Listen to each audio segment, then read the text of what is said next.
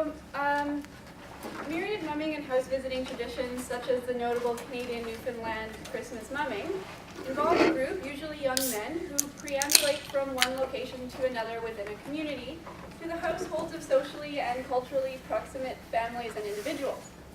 Also called mummering or jannying, it has been variously explained as a ritualization of social relations and solidarity, an expression of otherwise repressed hostilities and indication of fear of strangers, and a dramatization of socioeconomic relations or sex-gender roles.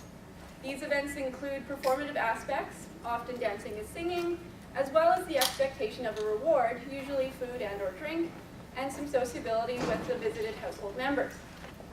Integral to most mumming traditions is costuming, which scholars and research consultants alike often explain as disguising one's identity to avoid accountability for social transgressions expected in many mumming performances. Mummers of varying traditions cross-dress, distort their voices, and sometimes attempt to appear as racial others. Only very recently has any scholar turned to criticizing racism in mumming traditions, an aspect shared with the tradition I take up in this paper, the Southern Manitoba Mennonite house visiting custom of Brommtopp. One photograph of a Brommtopp group from Summerfeld, Manitoba in 1914 includes players masked as First Nations folk and Chinese men. Here and here. Though First Nations folk sparked fear for the all-white Mennonite communities, the Chinese reflected the more comfortable, ubiquitous rural Manitoba town's Chinese restaurants. Through cultural theorist Katrinsi's concept of ethnic drag, which she defines as, quote, the impersonation of ethnic others by a subject that stages and conceals its dominance, I explore the privilege of white Mennonite men to perform Chinese ethnic drag. To amplify the critical voices of Chinese folk reacting to white folk performing Chinese ethnic drag during the early 20th century, I engage with an editorial letter by J.S. Tao, Secretary of the Chinese Consulate at New York, from the Globe and Mail in 1920. Tao criticizes Chinese ethnic drag in the early 20th century Euro-North American theatrical productions and the negative stereotypes of Chinese folk constructed therein. Taking up Tao's letter, I argue that Chinese ethnic drag in historical Brommtopp performances was a racist misrepresentation of Chinese masculinities in order to preserve hegemonic Mennonite masculinity at the expense and in the absence of Chinese folk, both women and men, and their everyday identities. So a seasonal custom performed by young men, almost always on New Year's Eve in rural Manitoba Mennonite villages where the church tolerated it, Brommtopp is named after the musical instrument used during the performance. The Brommtopp itself, which you can see here, and another photo for scale, constructed from calfskin, a barrel, and horsetail, sounds when its player pulls and rubs rhythmically on the horsetail, which you can see here, producing a difficult-to-describe thrumming sound. Writing in the local history Halbstadt Heritage, Jake Bergen remembered, quote, if everything was made really well, this strange instrument would make the dishes in the kitchen cupboard rattle. Traditionally, Brommtopp troops, a group of some dozen teenage boys and young married men, would drive, originally in horse and sleigh or buggy and later by car, and or walk from house to house within their own villages and sometimes beyond. At each residence, the group would sing the traditional song, which could vary from one location to another, but generally ask for money in return for good wishes. The performance, singing and sometimes also dancing, followed by sociability, rarely lasted longer than 10 to 15 minutes before the group moved on to the next household. Most participants assume the tradition has roots in Prussia, predating Mennonite immigration to Russia in the 1780s and then to Manitoba in the 1870s. Interviewees told us that active local performances may have stopped as early as before the end of the Second World War and as late as the 1950s or early 1960s. Some consultants depicted the Brommtopp performance as far more obnoxious and vulgar than others remember or are willing to disclose. David Schrader recalls, they would simply yell the minute they were on the yard, and we all had dogs that warned us that somebody's on the yard, so it was often pretty rowdy until they got into the house. They would be dressed differently sometimes and would be very boisterous, purposefully boisterous, so they made a lot of racket outside. Alvina Giesbrecht, a young girl at the time the Brommtopp would visit her family home, remembers that there'd be a lot of jokes, and maybe even some off-color ones, filthy ones. Di Brandt, Mennonite writer, scholar, and artist, describes her family's historical experience of the Brommtopp. It was definitely a disruption. You didn't expect it. No one would have announced it or anything. It wasn't like they would have said, "Let's wait up for the Brommtopp people to come." No, certainly not. As for the noise, that was exactly the thing, making a lot of noise, being rude and irreverent. Everyone would be sort of, oh good, embarrassed. People would think, oh, here they are again. The consultants for this research agree that not every member of the community enjoyed or welcomed the Brommtopp. The tradition incorporated more than merely a song and dance in exchange for baked goods and well wishes, or even alcohol. Indeed, even when it flourished, its aesthetic and behavioral ideals diverged incongruently with everyday social norms for Mennonites, such as modesty, uniform dress, strict heteronormative gender scripts, and sobriety. Further, traditional Mennonite Christian interpretations ordered that depicting oneself as anything other than one's birth body and face blasphemes against humans' creation in God's image. Thus, while actual dress and occupational opportunities have evolved with urbanization and modernization, nevertheless, the Brommtopp costuming, then as now, jars with stereotypes of Mennonites. As would be expected for a liminal, seasonal, disruptive tradition, the costumed alternative identity of Brommtopp allowed young men to engage in behavior otherwise socially inappropriate. Typical Brommtopp performers in the practice's heyday would be young Mennonite men, embodying hegemonic masculinities and from the same town or village. Now those in Brommtopp revival performances are elderly patriarchs. For both groups, everyday behavioral license would be greater than for any other man or boy, or for any woman or girl. Indeed, the alibi of a pious, hard-working male serves as license for the performers and provides them with fluidity and privilege in the substitution of their hegemonic identities to perform their Brommtopp persona. Thus, social conventions of gender scripts could be questioned under the guise of an accepted male ritual. Many intersections of identity play are integral to the Brommtopp performance, as each verse depicts a different archetype from a historical heteronormative extended family and household group. Archetypes from versions brought to my attention have been, in order of their usual appearance, a patriarch known as master of the house, an elderly matriarch, a young daughter, an elderly female housekeeper, a young son with a sword and pistol set, a horsekeeper boy, a pig herder shepherd, usually wielding a whip or stick, and, in the last verse, 3 young girls of color who come running out of the house. Historical photographs show that performers dressed sometimes in costumes not explicit in the song, such as clowns, animals, and First Nations, South or East Asian, and Jewish stereotypes, as well as wearing masks or using blackface or whiteface. The song itself, however, does not clearly call for gender or racial cross-dressing. My research supervisor, Dr. Pauline Greenhill, and I first recognized the link between costumes and song verses when we saw a revival performance in the seniors' home, Eastview Place, in Altona, Manitoba, on December 31st, 2009.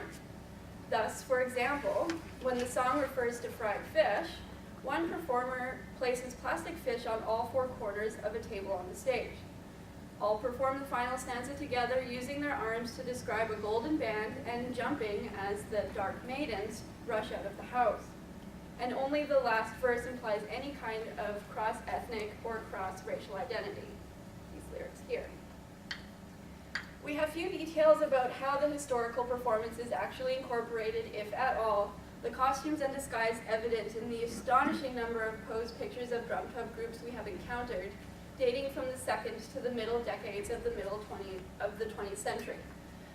No photographs of actual performances appear to have survived. Further, we have considerable difficulty in persuading most interviewees to give many details about gender or ethnic drag. For instance, Pauline interviewed one revival participant in the village hall in his home community.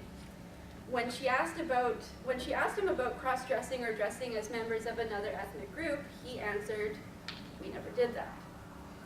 Ironically, just behind him on the wall was this well-known photograph, of the Summerfeld Brommtopp group, which is also displayed at the Mennonite Cultural Heritage Village in Steinbach, Manitoba. The photograph clearly shows male to female cross-dressing as well as First Nations, Chinese, and possibly Jewish and other stereotypes. Further, the racialized lyrics, 3 dark brown maidens come rushing out, were changed to 3 pretty maidens in the English translation on the program, but not for the low German performance at a 2010 revival performance at the Mennonite Heritage Village in Steinbach, Manitoba. But the same program cover included a photograph showing Brommtopp players in multiple forms of ethnic drag. In the late 19th and early 20th centuries, when the tradition flourished, Mennonites were themselves new immigrants to Canada.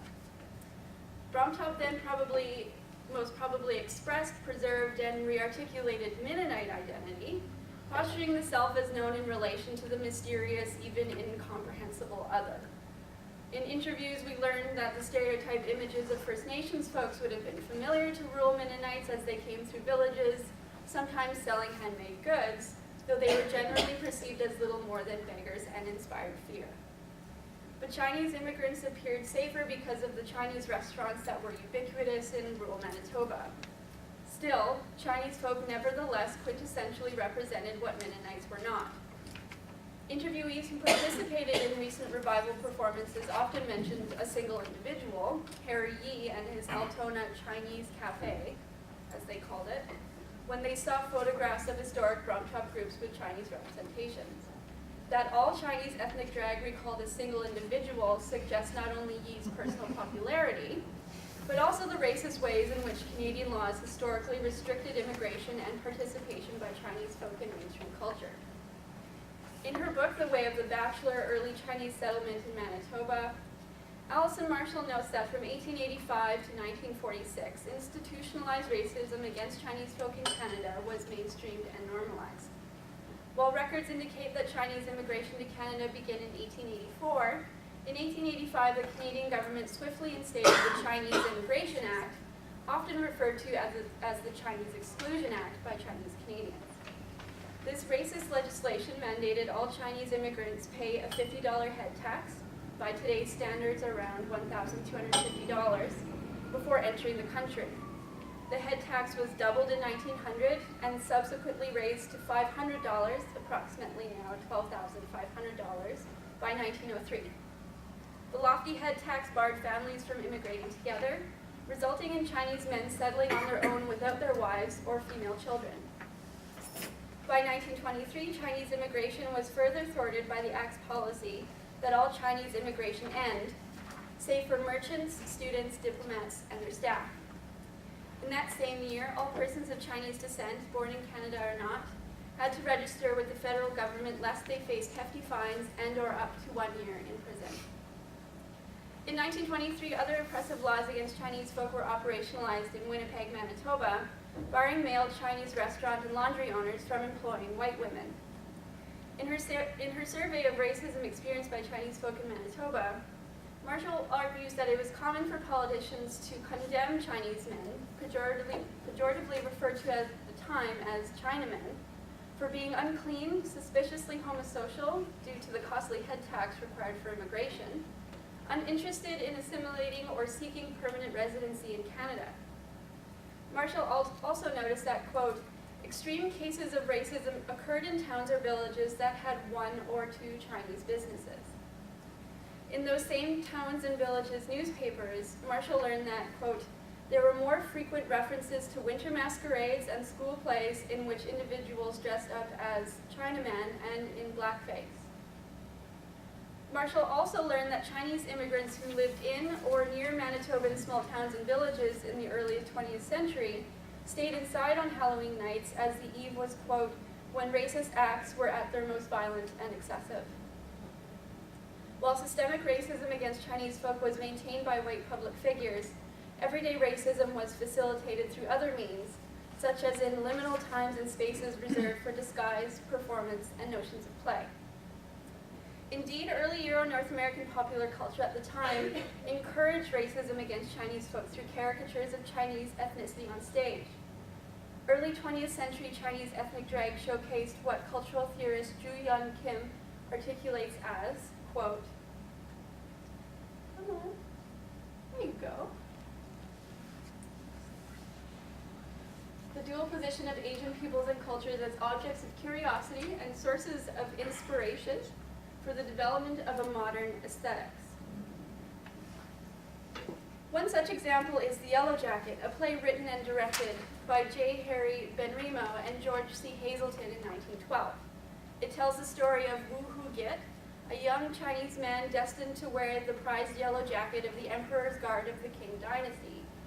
Crucially, the play featured an exclusively white cast in ethnic drag. Kim argues that the play's all-white cast and audiences offered a space in which white Americans could observe the foreign without actually confronting the foreign bodies that might disturb the integrity of their vision of self and other. Further, the play was heralded as supposedly authentic representations of not only Chinese life, but also traditional Chinese theater.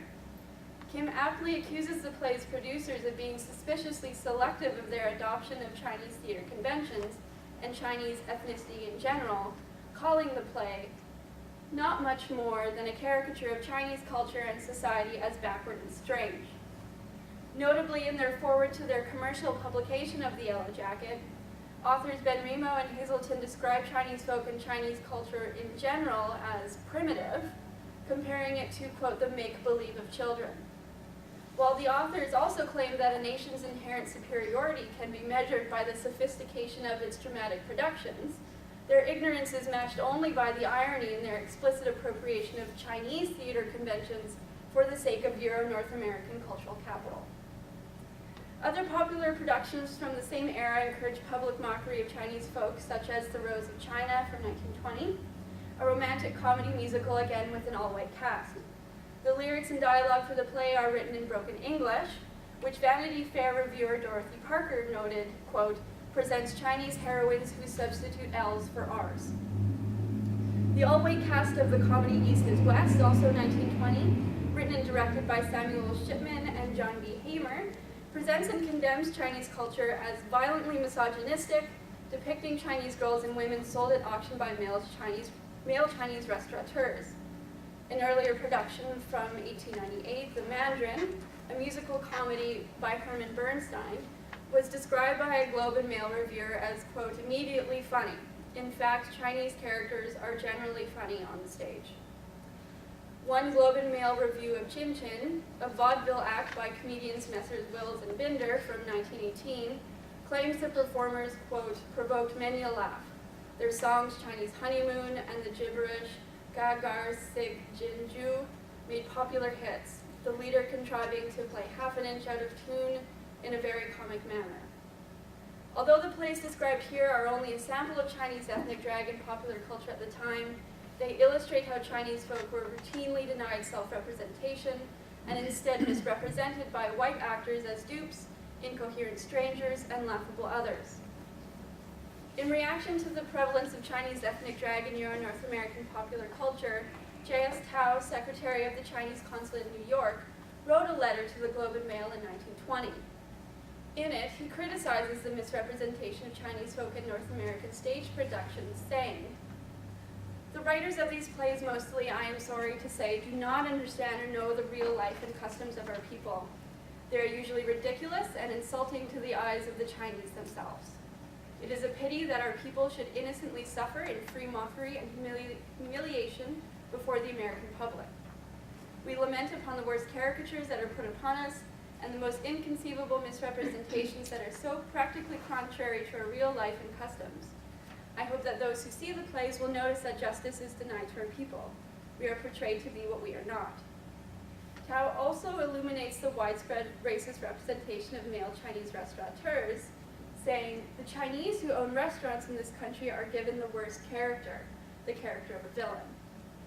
His assertion is echoed in the rationalization of Chinese ethnic drag from Brommtopp revivalists, who claim that it was Harry Yi, the single Chinese restaurateur in Altona, Manitoba, who inspired historical Brommtopp players to take up allegedly flattering Chinese ethnic drag in their performances.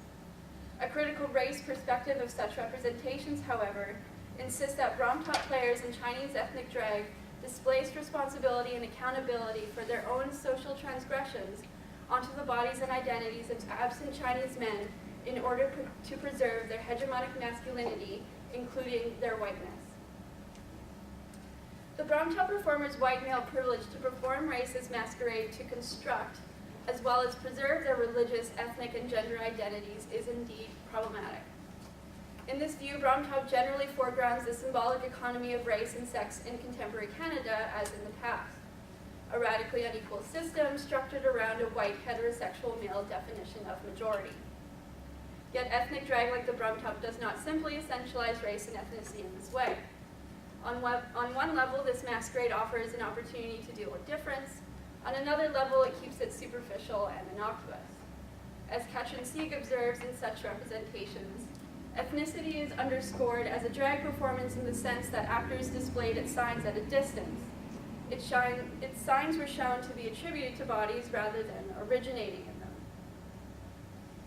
However, while white Mennonite men performed ethnic drag to preserve their whiteness through seemingly superficial means, the actual absence of Chinese bodies during such performances illuminates the xenophobic construction of Mennonite settlements, as well as the perceived threat that racialized bodies represent for traditionally white-only cultural performance. Making an explicit link between the prevalence of Chinese ethnic drag in early 20th century Euro North American theater and Chinese ethnic drag in Brommtopp may seem precarious. I cannot be certain that because Brommtopp performers took up Chinese ethnic drag that their performance directly reproduced negative stereotypes of Chinese folk derived from Western popular culture at the time. However, while Brommtopp revivalists insist that Chinese restaurateur Harry Yi was an accepted and valued member of the extended white Mennonite community, one must recall these assertions in light of instances of historical revisioning from the Brommtopp revivalists. I find it difficult, perhaps even impossible, to divorce glowing accounts of the Mennonites' love and respect for Harry Yi from claims that gender and racial cross-dressing never happened, despite photographic evidence otherwise, and displayed in proximity to the person denying such happenings, and the boulderization of racialized lyrics in revival performances while a photograph of a Brommtopp group in ethnic drag appeared on the cover of one of the programs.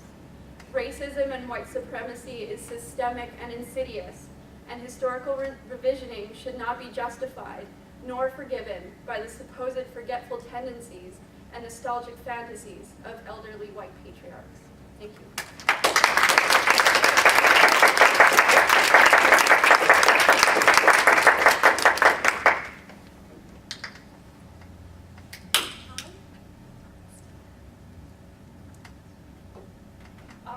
Well, perhaps I can start things off. Your discussion about the Brommtopp reminded me again of the whole pulling and rubbing and the sexual aspect of the Brommtopp, which links kind of interestingly with the way that single Chinese men in these communities were both kind of hypersexualized and then denied sexuality. So I just kind of found that an interesting sort of juxtaposition.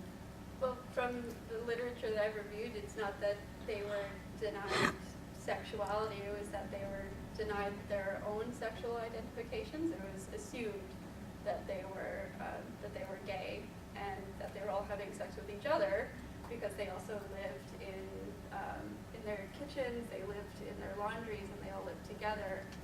And again, because of the head tax, they couldn't afford at the time to have their female family members come with them. I've never heard of Brommtopp before. Did this happen in other Mennonite communities, like in other parts of Canada? Or is it really a sort of southern Manitoba? It's pretty well here. It's pretty well from the West, the West Reserve. So it's very specific, but there's a number of communities in which it happened, and there are tons and tons and tons of photographs. Yeah. Unbelievable.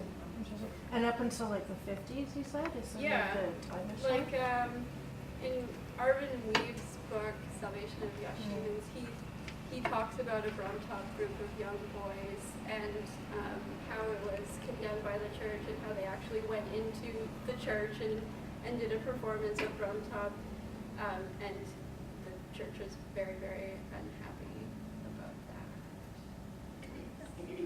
that. I missed the first couple minutes, but Okay.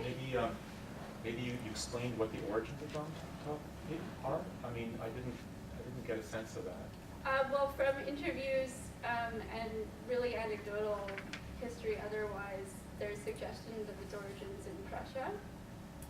I mean, but what are its origins like from the point of view of use value? Like what was this enacting, or what was the occasion on which this happened? Was it happened between Christmas and New Year's. It was during the time of Sylvester, which is a religious recognition for Mennonites. So it's kind of mumming then? That's exactly what my introduction was, Okay, which sorry, you unfortunately missed. Yeah, so it's a mumming tradition specific to that time of year.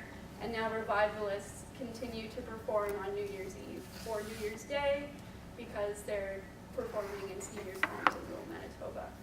Now, traditionally, mumming included, I guess, performances of three kings who were not non-Western. It was supposed to have been exotic. Is that possibly the origin of the ethnic drag component of Brommtopp? I don't know, but I don't think so. Normal mumming traditions had place associated. Too bad you missed this morning because there were two Yeah. fabulous papers talking a lot about the origins of mumming. And we can certainly give you some references to take a look at, but there certainly are some connections with those traditions, but I don't think any direct connection with this particular. Okay, I'm trying to understand the origins of the So are actual we. ethnic drag. Yeah. So are we. Okay.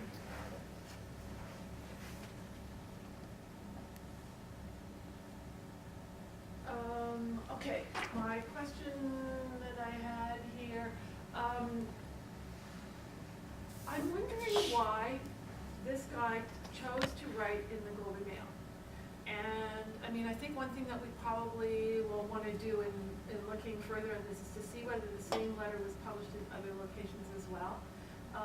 Because we found it in the Globe and Mail, but I suspect this dude, like, sent it all over.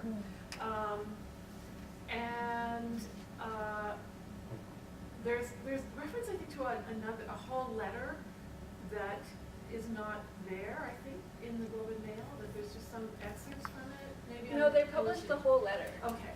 Yeah, the whole letter is there. I only provided some excerpts because it's actually quite a long letter, and he actually describes and summarizes the plays that he's talking about and makes extended commentary.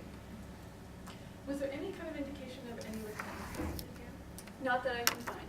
No, unfortunately. Oh,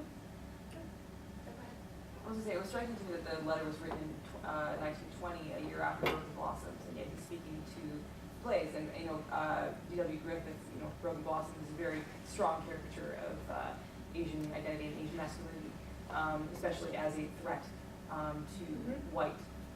So I was just curious if, like that, the literature itself spoke a lot to plays. I guess in the era, it was very much probably more prominent. People would be watching theater, than they would be watching film. But Yeah, I wouldn't think that Mennonites at the time had access to any screen other than the prairie landscape.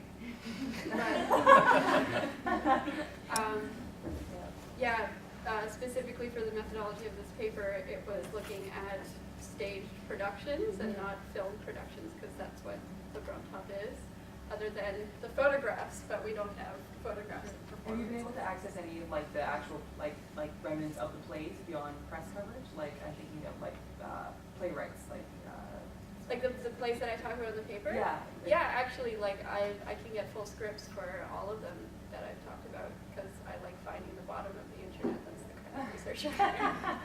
Cool. Yeah. I don't think, unfortunately, that we have time for Jenny's question.